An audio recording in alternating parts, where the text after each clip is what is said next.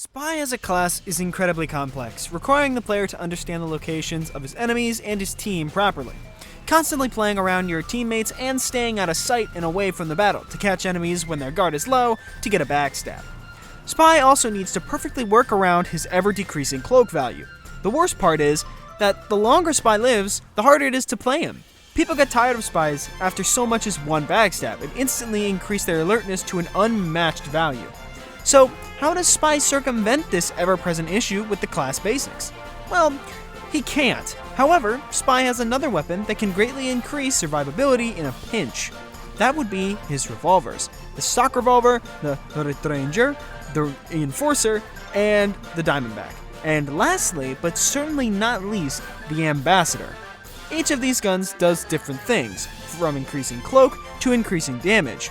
Out of all these guns, there are two that strongly stand out as the most powerful and the most skilled. Those being the Ambassador, the peak of good aim, requiring you to hit headshots without any form of scope or assistance.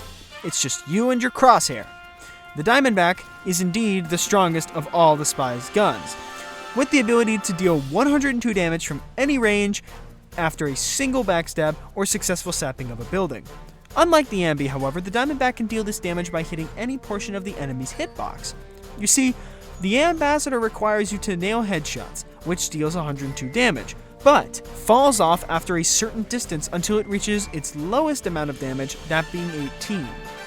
It also suffers from a slower firing speed, but other than that, they are incredibly similar. Both have damage penalties, dropping all crits to 102, but the Diamondback is just sadly better than the Ambi.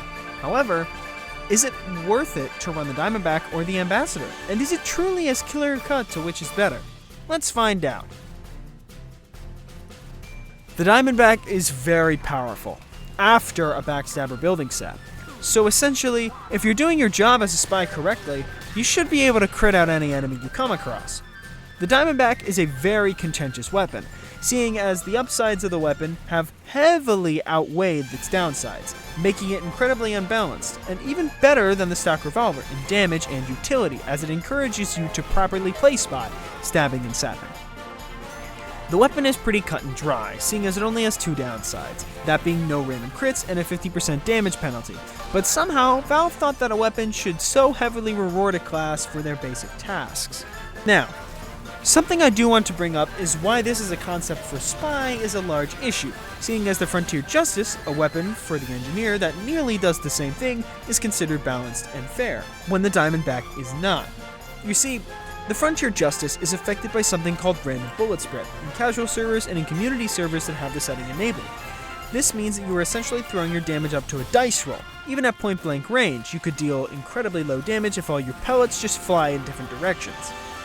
The Frontier Justice also only has 3 shots in it, meaning that you can run at a seam quickly, but still have a lot of damage pent up in the gun. It's also important to remember that the Engineer needs to destroy his primary form of damage and depend on his DM skills to use this powerful source of damage. Not saying that the Spy doesn't need to apply DM skills, but the Engineer needs to remove his sentry gun to gain the crits, losing something vital to the class's survival and effectiveness, which is why using the Jag in Frontier Justice is incredibly good. But I'm getting sidetracked. So, essentially, the Frontier Justice is balanced as the Engineer needs to destroy or have his sentry destroyed by the enemy to obtain those crits in the first place, which puts his team and himself in a very brittle and incredibly disadvantageous position, which usually leads to the enemy team just rolling through the defenses, pushing them to their spawn. Whereas the Diamondback just asks you to sap a building or get a backstab, giving the Spy a choice as to where he wants to get his crits from. And when using a knife like the kunai, why the heck would you not go for a backstab? Escape is nearly guaranteed upon a backstab, seeing as you essentially enter God mode and just surf the damage out of the fight. And if you're using the Dead Ringer, you truly have just become immortal. To put it simply, what makes the Diamondback an unbalanced side grade possibly better than stock is the ease of use and huge impact the weapon has on the gameplay for Spy. Just remember, this thing can store 35 crits in one life. The Ambassador is much more complex than the Diamondback, and is the only weapon where crits are affected by fall off, meaning that the farther you are from your opponent, the less damage your weapon's gonna deal. Crits aren't supposed to do that. No other weapons have crit fall off. Other than that, The Ambassador will crit upon a headshot, has a 15% damage penalty, and a 20% slower firing speed, along with no random crits. The Ambassador was synonymous with Spy as a class for the longest time, seeing as every Spy would use it, whether they were good or not.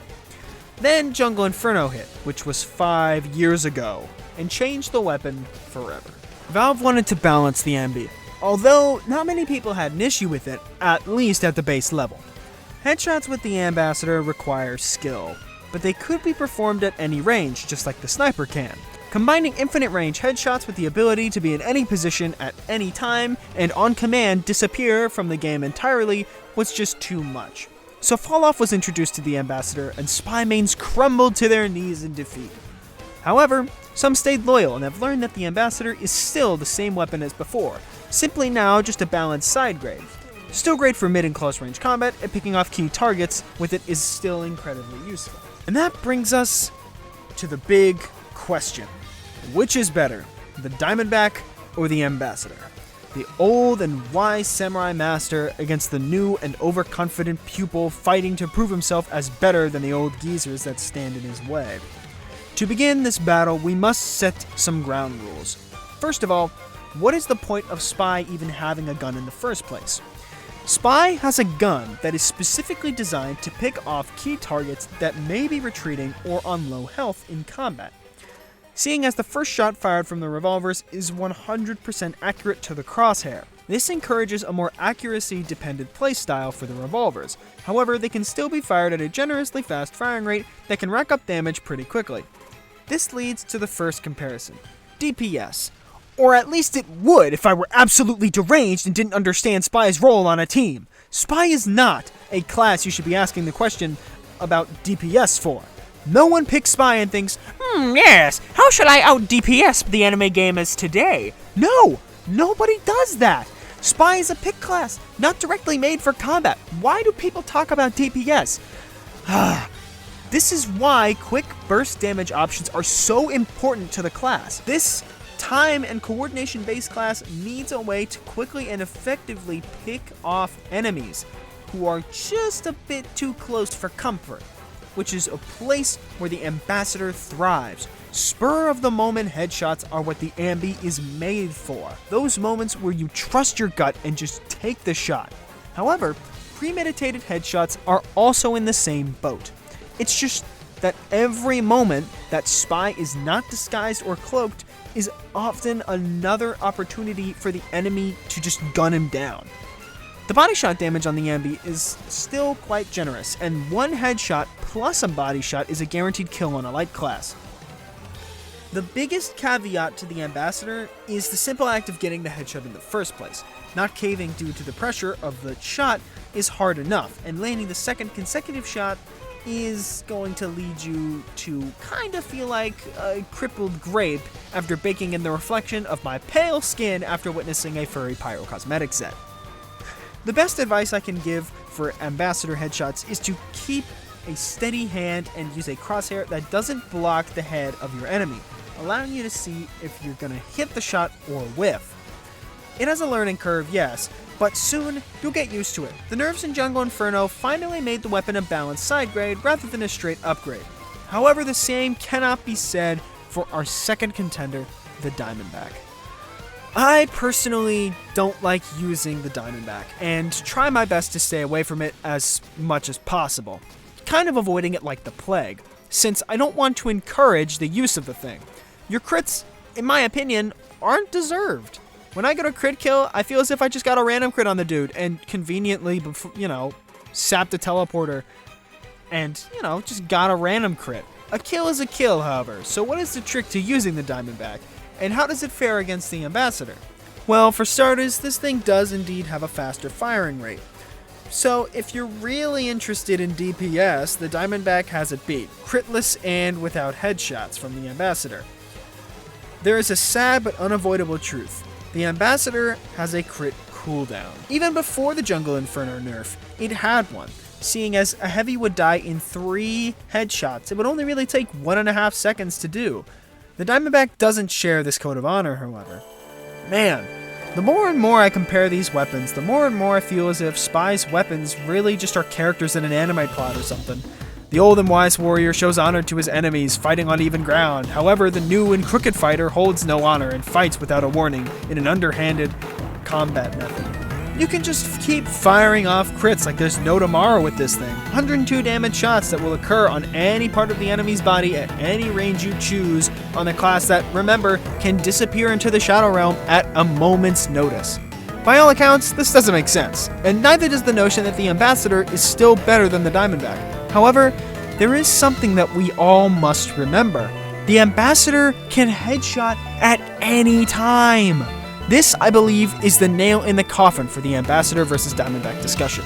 Even though the actions are directly related to the basics of the class, getting a backstab on an aware enemy can be quite difficult, and if the enemy team has no interest in playing the funny hard hat Texan man that day, you're just darn out of luck with the Diamondback. Though, all weapons should be side grades, and situationally useful and detrimental. In the end, stock truly is the king, with high damage and a fast firing rate to boot, clocking in at 360 damage in 3 seconds at close range if you can hit your shots. The best of the best truly is the original, but both the Ambi and Diamondback have their strengths and weaknesses, just with a large difference between the two statistically. However, my revolver of choice 9 times out of 10 will be the Ambassador, simply because it's more consistent and headshots are always accessible, so long as I have the aim to back it up. Thanks for watching, hope you enjoy, and keep fragging.